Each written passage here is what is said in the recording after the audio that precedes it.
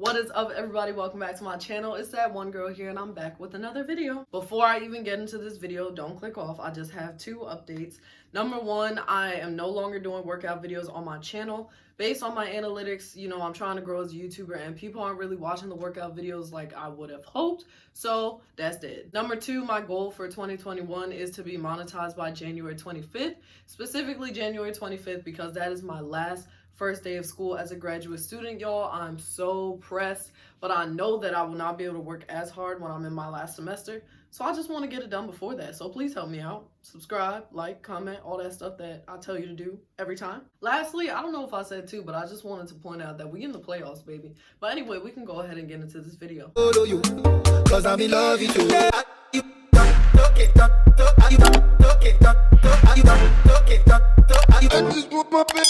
If you haven't already liked this video, go ahead and do that. If you haven't subscribed to my channel, go ahead and do that. I don't understand why you wouldn't. And click the bell so you can turn your post notifications on and be notified every single time that I post a new video. Okay, so I know in my zero night video, I said that I will probably do 2 to 3 weeks at a time, but I realized that this particular topic, each week had so much in it, and I didn't really realize it until I started going over everything that happened. So as you can tell by the title, this video is only going to be about 0 week of training, which is the first week of training, which is why I put up a 1 and not a 0. Make sure to go ahead and watch the zero night video. I'm going to put it up here.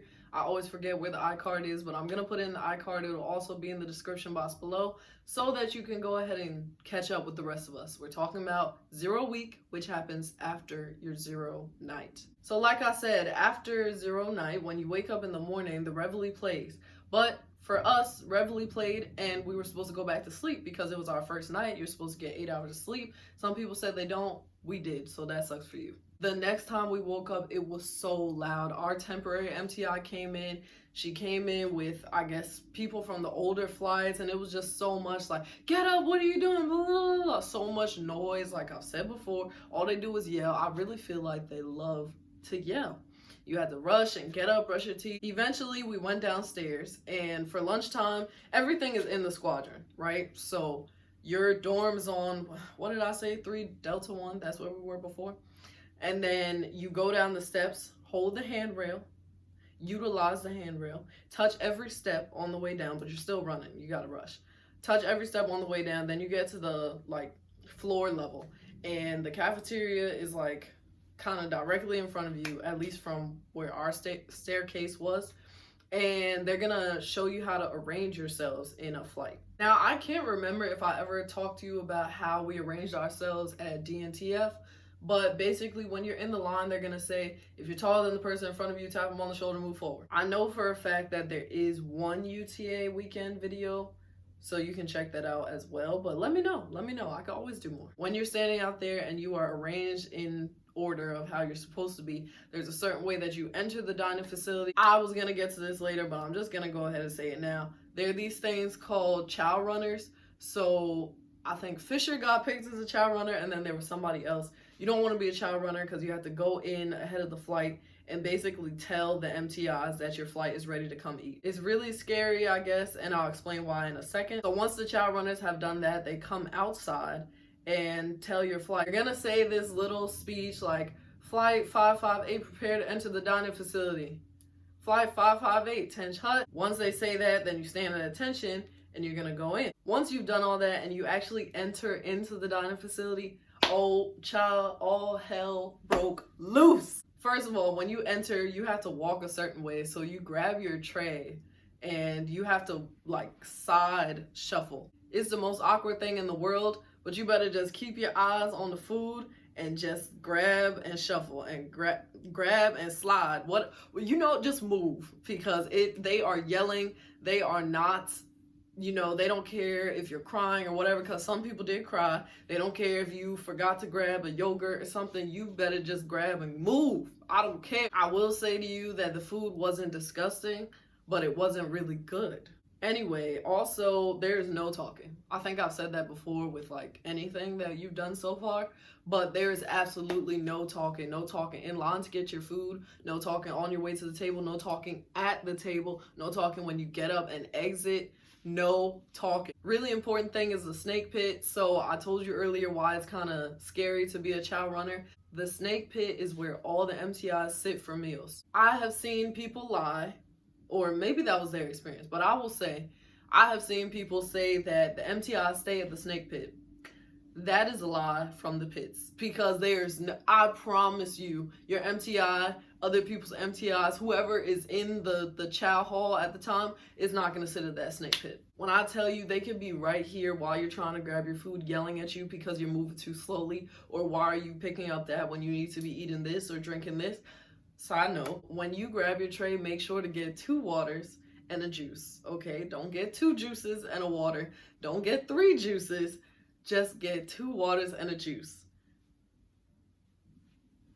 Anyway, once you get all of your food and they're still yelling, they still might be right here, there's a certain way that you have to walk in the chow hall, and you're basically filling up the tables from, like, is it back to front? Yeah. So let's say there's a round table all the way to the right and it's completely empty, and then you're the first person going in. So you have to go and you have to be on one side of the table, and then the next person has to come. So the chow runners will explain. I don't really know if I'm explaining this right, but the chow runner will be there, and they'll be standing there, and they'll say, like, front ma'am when you come up to them, or they'll say back or behind, something like that. But I know that they will direct you, because they'll be standing next to the row of tables, and you'll either go in front of them to go on that side, or the back to go on that side. Sometimes you both get in trouble, because if the chow runner's not paying attention and they point you in the wrong direction, they get yelled at, you get yelled at because you were walking in the wrong direction. It's just a mess. But just pay attention and help them help each other. When you're sitting at that table, don't dilly-dally. Like I said, number 1, no talking. Number 2, I don't care how much food you ended up grabbing, you better eat all of it and eat it fast, because they will be yelling at you like, why are you taking your time, blah, blah, blah.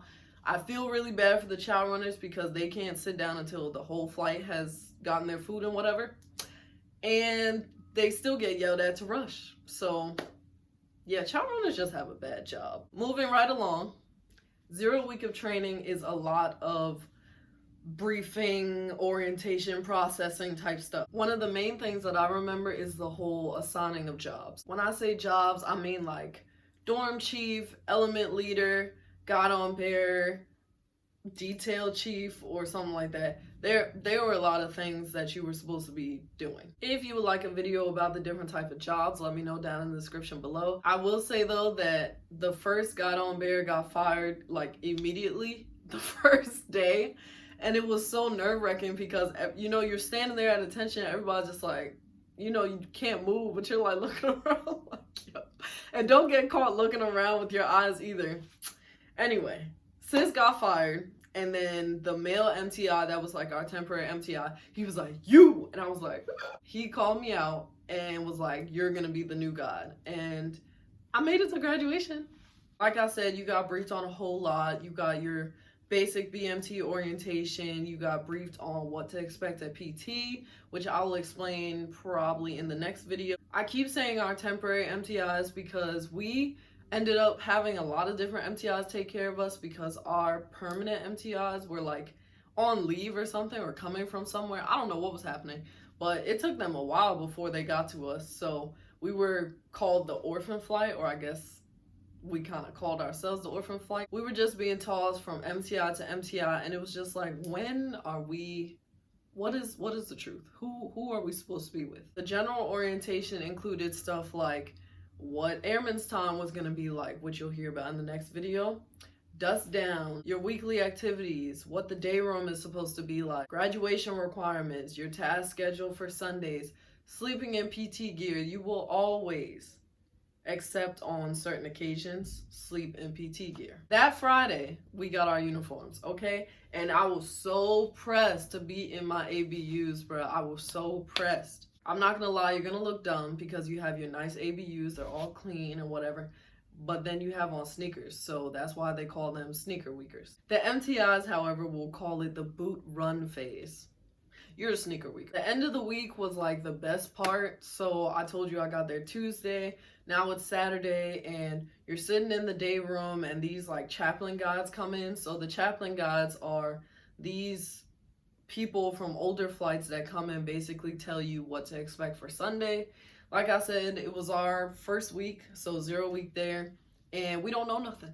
So the older flights have to show us everything, and they basically came into the day room and asked you if you were going to a church service on Sunday, and if you were, which ones. They listed it out. If you don't know, I will just suggest before, if you're not religious, just pick a service anyway, because that is your free time. There are no MTIs on Sundays. You can actually like leave the dorm.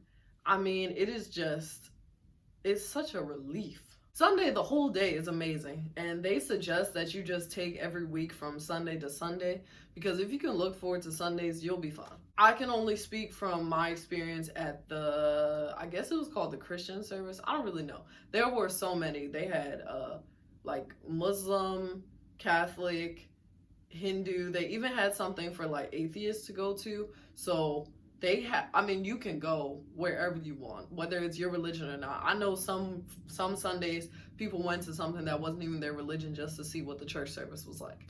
But from my experience as a Christian woman, we had Sunday school and like a regular church service, and it was great. You even get a coin at the end for going to all of the different services for all the weeks that you're there.